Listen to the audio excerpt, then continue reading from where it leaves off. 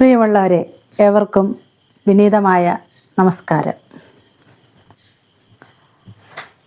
ഇന്ന് വിചാരം ചെയ്യുവാൻ ആഗ്രഹിക്കുന്നത് ശ്രീനാരായണ ധർമ്മം എന്ന് പറയുന്ന കൃതിയിലെ ബാലോപചരണം എന്ന ഭാഗത്തെ അടിസ്ഥാനമാക്കിയാണ്.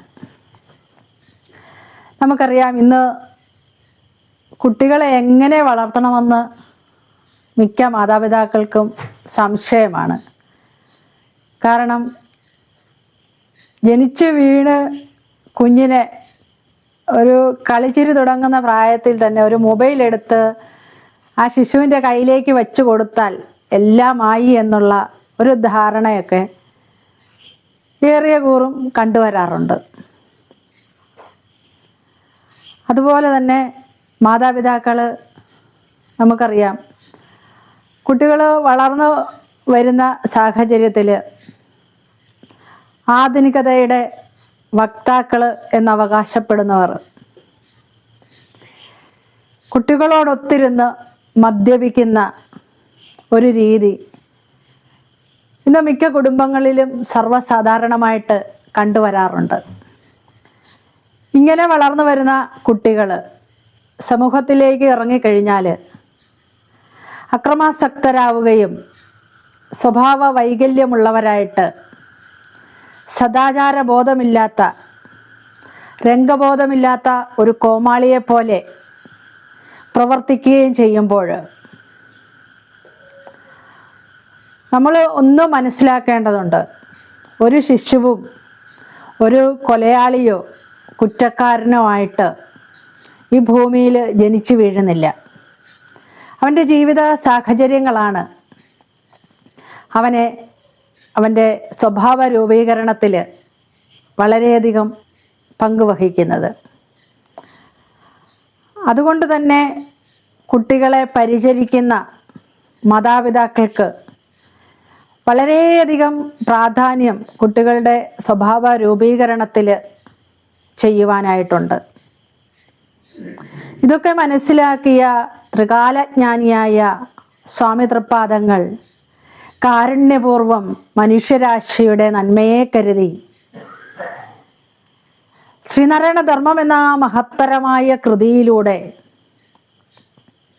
വിശ്വമാനവികതയോട് പറയുകയാണ്: സൗശീല്യ ആചാരസമ്പന്ന നിരോഗ കരുണാവതി പ്രസാദ വിനയോപേത യോഷിജാതമുപാചരേത്. അതായത്, എപ്രകാരമുള്ള ഒരു അമ്മയായിരിക്കണം, എപ്രകാരമുള്ള ഒരു സ്ത്രീ ആയിരിക്കണം കുഞ്ഞിനെ പരിചരിക്കേണ്ടത്, കുഞ്ഞിനെ വളർത്തേണ്ടത്. സൗശീല്യ ആചാരസമ്പന്ന, നല്ല സ്വഭാവ ഗുണമുള്ളവളും ആചാര സമ്പുഷ്ടതയുള്ളവളും രോഗമില്ലാത്തവളും, നിരോഗ രോഗമില്ലാത്തവളും, കരുണാവതി കാരുണ്യമുള്ളവളും, പ്രസാദ വിനയോപേത വിനയാദി സൽഗുണങ്ങളോട് കൂടിയവളും ആയ ഒരു സ്ത്രീ വേണം ശിശുവിനെ പരിചരിക്കേണ്ടത്. നോക്കുകയെ, എത്രമാത്രം പ്രാധാന്യമാണ് സ്വാമി തൃപ്പാദങ്ങൾ ഒരു ശിശുവിനെ പരിചരിക്കുന്ന കാര്യത്തിൽ. നമ്മളൊക്കെ നിസ്സാരമെന്ന് തള്ളിക്കളയുന്ന ആ ഒരു ശിശുവിനെ പരിചരിക്കുന്ന ആ ഒരു കാര്യത്തിൽ പോലും എത്ര കാരുണ്യപൂർവമുള്ള ശ്രദ്ധയാണ് സ്വാമി തൃപ്പാദങ്ങൾക്കുണ്ടായിരുന്നത്. അതുകൊണ്ടാണല്ലോ ഗുരു നമ്മളോട് പറയുന്നത്, കുഞ്ഞിനെ പരിചരിക്കുന്ന സ്ത്രീയോ കാരുണ്യമുള്ളവളും നല്ല ശീലങ്ങളുള്ളവളും സൽസ്വഭാവമുള്ളവളും രോഗമില്ലാത്തവളും ഒക്കെ ആയിരിക്കണം. പിന്നീട് അങ്ങോട്ട് ബാലോപചരണം എന്ന ആ ഭാഗത്തിലൂടെ പിന്നീട് ഗുരു പറയുന്നുണ്ട്, ശിശുവിനെ നല്ല പ്രതിമകൾ, നല്ല ചിത്രങ്ങൾ കാണിച്ച് ലാളിച്ച് നല്ല കഥകൾ പറഞ്ഞു കൊടുത്ത് നല്ല ശീലങ്ങൾ പഠിപ്പിച്ച് വളർത്തിക്കൊണ്ട് വരണം.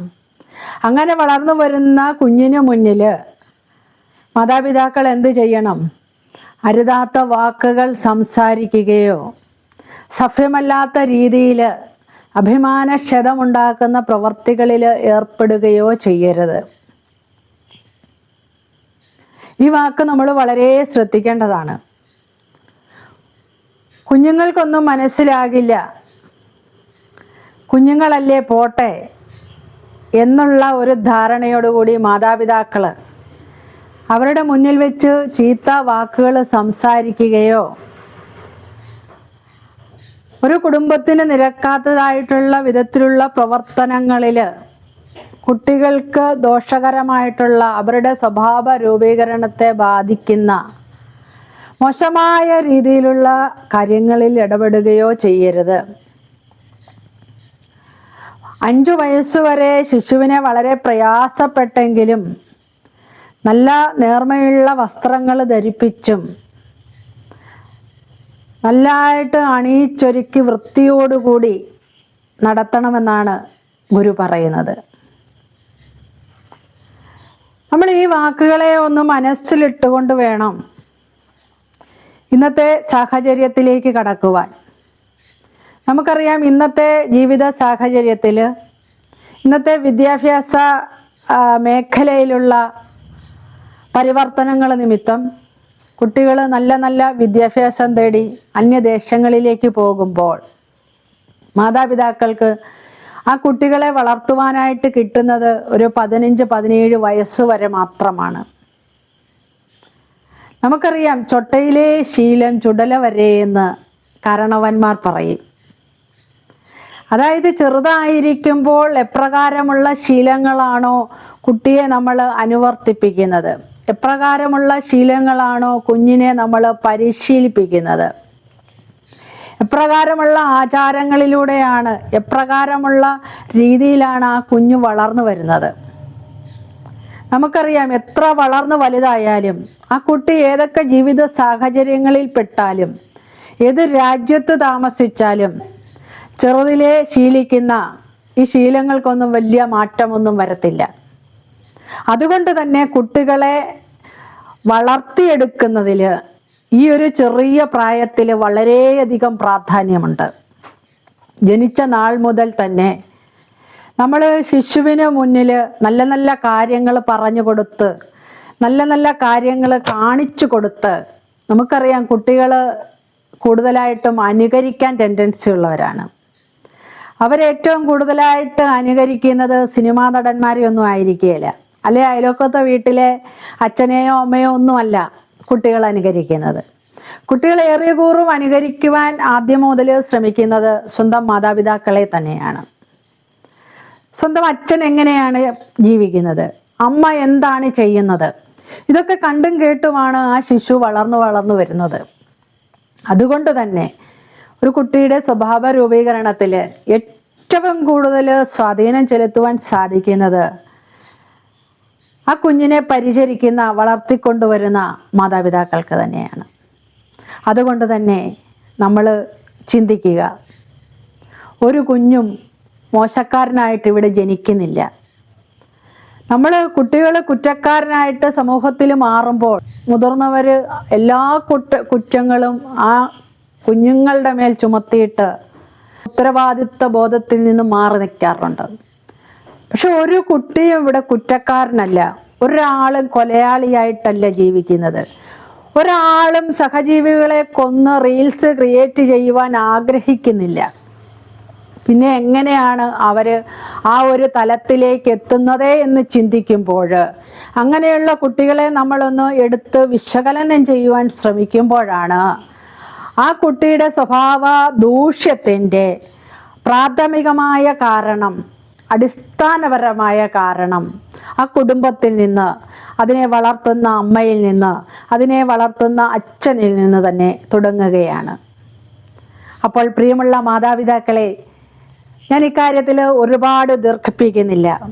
ശ്രീനാരായണ ധർമ്മം എന്ന മഹത്തരമായ കൃതിയിലെ ബാലോപചരണം എന്ന ഭാഗത്തിലേക്ക് കടക്കുവാൻ എവർക്കും ഒരു ചെറിയ പാത ഒരുക്കിക്കൊണ്ട് നമ്മുടെ കുഞ്ഞുങ്ങൾക്ക് വഴികാട്ടിയാകുവാൻ, നല്ല ശീലങ്ങൾ ഉള്ളവരായി വളരുവാൻ നമുക്ക് മാതൃകയാകാം. കൂടുതലൊന്നും അതുങ്ങളെ അടിച്ചേൽപ്പിക്കുന്നത് പകരം നമ്മുടെ പ്രവർത്തനങ്ങൾ കണ്ട് അവർ വളരട്ടെ. നമുക്ക് കുടുംബത്തിൽ നല്ല നല്ല വാക്കുകൾ സംസാരിക്കുന്നതിന് അവസരമൊരുക്കാം. കുഞ്ഞുങ്ങളുടെ നല്ല ഭാവിക്കായിട്ട്, നല്ല ശീലങ്ങൾ ഉള്ളവരായിട്ട് നമുക്ക് മാതാപിതാക്കൾക്ക് മാറാം. അതുകൊണ്ട് തന്നെ പ്രിയപ്പെട്ട കുഞ്ഞുങ്ങളുടെ ഭാവിക്കായിട്ട് വളരെയധികം ഉത്തരവാദിത്വ ബോധമുള്ളവരായിട്ട്